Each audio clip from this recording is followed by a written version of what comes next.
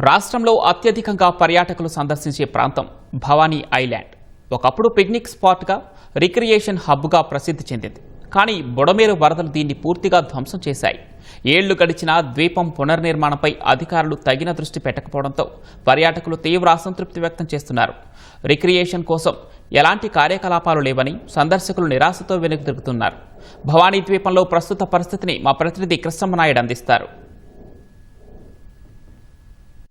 రాష్ట్రంలోని అద్భుతమైనటువంటి పర్యాటక ప్రదేశాలలో విజయవాడలోని కనకదుర్గమ్మ టెంపుల్కి సమీపంలో ఉన్నటువంటి భవానీ ఐలాండ్ ఒకటి.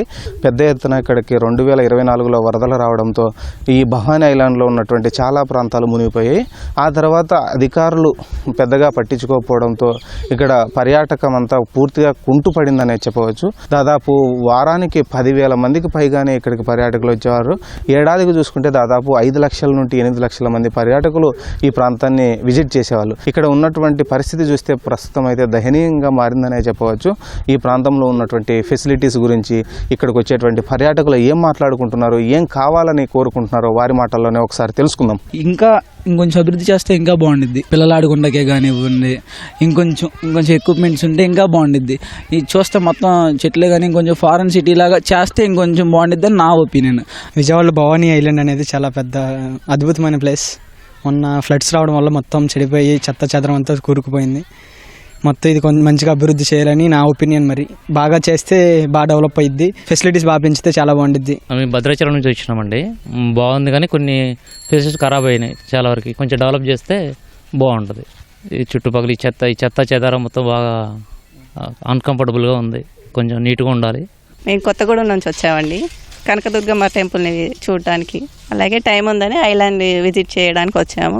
చూడడానికి బాగానే ఉంది కానీ కొంచెం డెవలప్ అయితే బాగుంటుంది. వేస్టేజ్ చాలా ఉంది ఎక్కడ పడితే అక్కడ. చిన్నపిల్లలు ఆడడానికి కూడా ఇంకొంచెం కిడ్స్కి ప్లేయింగ్ అంటే పెడితే బాగుంటుంది. కొద్దిగా బాగానే ఉంది కానీ ఇక్కడ ఇంకా మంచిగా చేస్తే డెవలప్ కొంచెం బాగుంటుంది.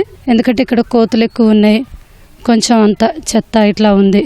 టూరిస్టులకు జర మంచిగా బాగా చేస్తే బాగుంటుంది. మేము వెళ్ళిన చోట అయితే అంతగా ఎక్కువ ఫెసిలిటీస్ లేవు. కొంచెం సిట్టింగ్ ప్లేసెస్ ఒకసారి అంటే లైక్ ఇక్కడ చాలా లాంగ్ పాత్ ఉంది కదా, మధ్యలో బెంచెస్ అటా వేస్తే బాగుంటుంది ఫెసిలిటేటెడ్గా. రోప్ వేస్ కానీ ఇంకా ఎలాంటివి ఏమన్నా పెట్టినా సరే చాలా యూస్ఫుల్గా ఉంటుంది. ప్లస్ అట్రాక్టివ్ ప్లేస్గా కూడా ఇది మారుతుంది. గవర్నమెంట్ చూసి చేస్తే బాగుంటుందని అనుకుంటున్నాను. ఇక్కడ అప్పుడప్పుడు వస్తూ ఉంటాను లైక్ ఫ్రెండ్స్తో మంచిగా చిల్ అవ్వడానికి.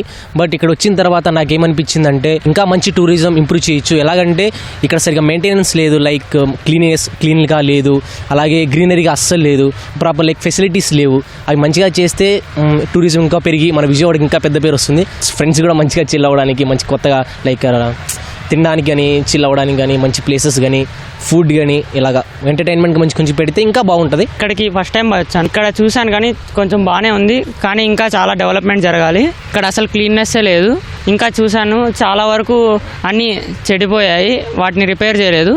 ఈ రిపేర్ చేసి ఇంకా కరెక్ట్గా ఇంకా డెవలప్ చేస్తే చాలా మంది జనాలు వస్తారు. స్కూబా డైవింగ్ ఇంకా స్విమ్మింగ్ ఇంకా పెంచడం ఇలాంటివి ఇంకా ఎక్కువ ఏమైనా కొత్త ఇన్నోవేటివ్గా చేస్తే చాలా బాగుంటుంది. దుర్గమ్మ దర్శనానికి వచ్చినటువంటి వేలాది మంది భక్తులు ప్రత్యేకంగా భవానీ ఐలాండ్ చూడడానికి వస్తారు. కానీ ఇక్కడ ఉన్నటువంటి వసతులు అంతంత మాత్రంగానే ఉండడంతో పాటు పిల్లలు ఆడుకోవడానికి కూడా కనీసం ఏమాత్రం కూడా ఎటువంటి యాక్టివిటీస్ లేకపోవడంతో అసంతృప్తి వ్యక్తం చేస్తున్నారు.